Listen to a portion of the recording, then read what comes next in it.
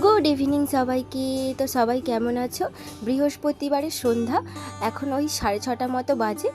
তো এখন থেকেই আজকে আমি আমার ব্লগটা শুরু করছি।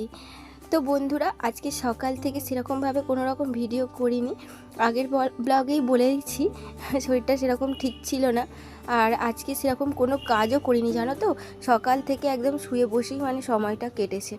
আর এখন সন্ধ্যার সময় এই যে পুজো দেবো, যে বৃহস্পতিবার আজকে না কোনো রকম ঠাকুরের খাবারও বানাতে পারিনি জানো তো। আর এই যে ফল ছিল, সেই ফল দিয়েই পুজো দেব। এই যে তরমুজ আর আম আর শশা এইগুলো কেটেই পুজোটা দেব। আর জানো তো, বৃহস্পতিবার বা একাদশীতে একটু দিয়ে দিয়ে অভ্যাস হয়ে গেছে তো। আর কি বলো তো, আমার কাছে গোপাল যতদিন আছে ততদিন থেকেই আমি দিই। আর যদি না শরীর সেরকম সায় দেয় না, যদি না দিতে পারি, মনটা এত খারাপ হয়ে যায় তোমাদেরকে কি বলবো। আর আজকে ভাবছিলাম যে কি করব, তারপরে ভাবলাম যে ফল আছে, ফলটাই আজকে দিই।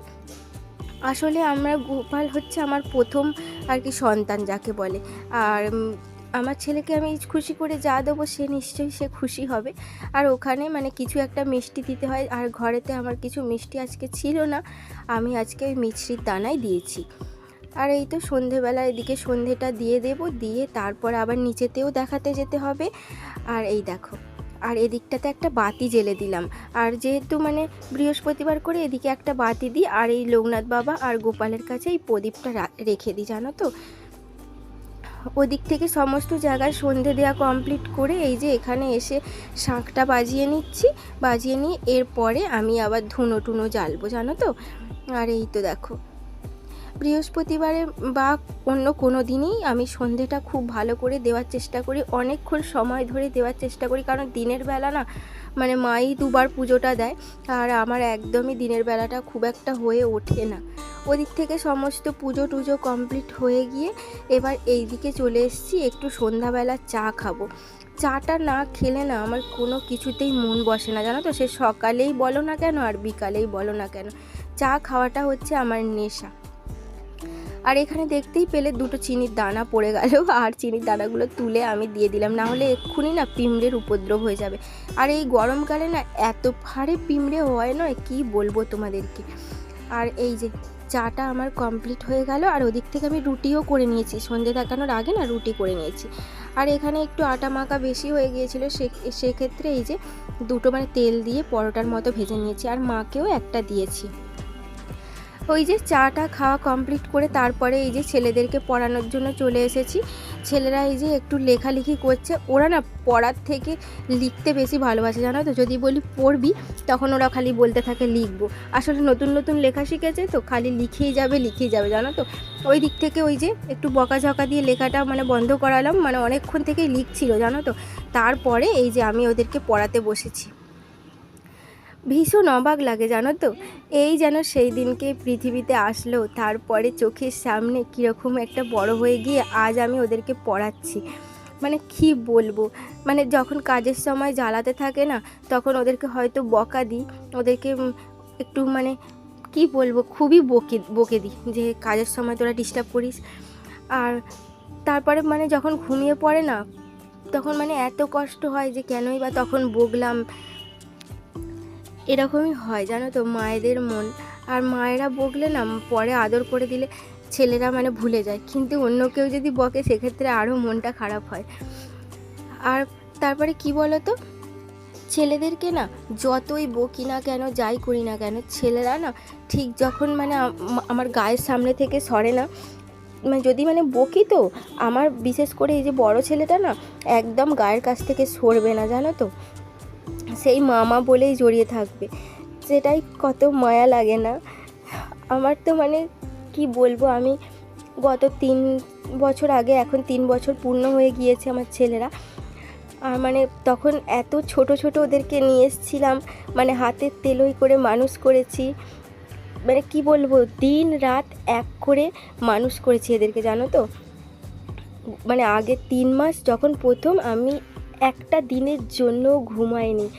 আর তারপরে এদেরকে মানুষ করার পিছনে আমার মা, বাপি, ভাই আর আমার শাশুড়ি মায়ের অবদান বলে বোঝানোর মতো নয়। আর একটা মানুষের কথা না বললেই নয়, সেটা হচ্ছে আমার স্বামী। মানে সে সব সময় থাকে না, যখন আসে না আসতো তখন মানে আমি ঘুমাতাম, ও সব করে দিত। মানে কিছু বলার নেই। আর চোখের সামনে বড় হয়ে গিয়েছে, এমনি এমনি ঘুমিয়ে পড়ছে, এমনি এমনি খেয়ে নিচ্ছে, দেখে না আমার মন শান্তি লাগে। আর তোমাদের সঙ্গে কথা বলতে বলতে ওই দিক থেকে দেখো ছেলেদের খাবারটাও করে নিয়েছি, পড়ানো হয়ে যেতে ওপরে গিয়ে ওদের খাবারটা করে নিয়েছি। করার পরে এই যে কিছু জামা কাপড় ছিল সেটাও গুছিয়ে নিলাম, আর তারপরে ছেলেদেরকে এসে খাইয়েও দিয়েছিলাম। আর আমিও ওখানে ডিনার করে নিয়েছি, আর এই যে বোতলে জল ভরার জন্য ওপরেও চলে এসেছি। আর সব থেকে কঠিন কাজ আমার এটা মনে হয় জানো তো, যে বোতলে জল শেষ হয়ে গেলে না আমার খুব বিরক্ত লাগে জানো তো। আর সে তো আমাকেই ভরতে হবে, আর আমি চলে এসেছি ওপরে জল ভরানোর জন্য। আর বোতলগুলো সব ফাঁকা ফাঁকাই ছিল সব, আর গরম বলে প্রচণ্ড জল খাওয়া হচ্ছে। আর এই তো ডিনার করে না আমি এখানে এই যে একটু নেল পালিশ পরতে বসেছি। আর আমার ছেলেরাও না এদিক থেকে দেখো না নেল পালিশ পরবে বলে কেমন করছে, কিন্তু আমার ছোট ছেলেটা পরে না। এই যে বড় ছেলেটা দেখছো তো, খালি বলছে আমাকে পরিয়ে দাও, আগে আমাকে পরিয়ে দাও, এইসব করছে। এই যে ও তো আমাকে কিছুতেই ছাড়ছিল না, আর আমি পরিয়ে দিচ্ছি। আর বেশ কিছুদিন হলো না নেল পালিশ পরাও হচ্ছিল না, মানে কীরকম একটা হাত পা খালি খালি লাগছিল। ভাবলাম যে পরি, এখন এই খেয়ে দিয়ে শুইনি, একটু বসেই ছিলাম। আর অনেকটা কিন্তু রাত হয়ে গিয়েছে, এখনও পর্যন্ত ছেলেদের চোখে ঘুম নেই। ওদেরকে কত কি বলছিলাম যে একটু ঘুমো, এই দেখো 11:15 বেজে গিয়েছে, এখনও বলছে আমাদের সঙ্গে একটু খেলা করো। ওদেরকে অনেক বুঝিয়ে টুঝিয়ে শুইয়েছিলাম জানো তো। তাই হলে বন্ধুরা ভিডিওটা এই পর্যন্তই রইল।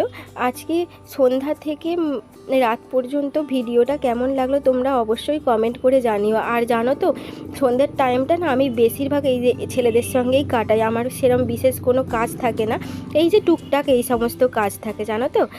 আর তোমরা প্লিজ যদি ভালো লেগে থাকে একটা লাইক করে পাশে থেকো, আর যারা নতুন বন্ধু দেখছো তারা প্লিজ সাবস্ক্রাইব করে দিও।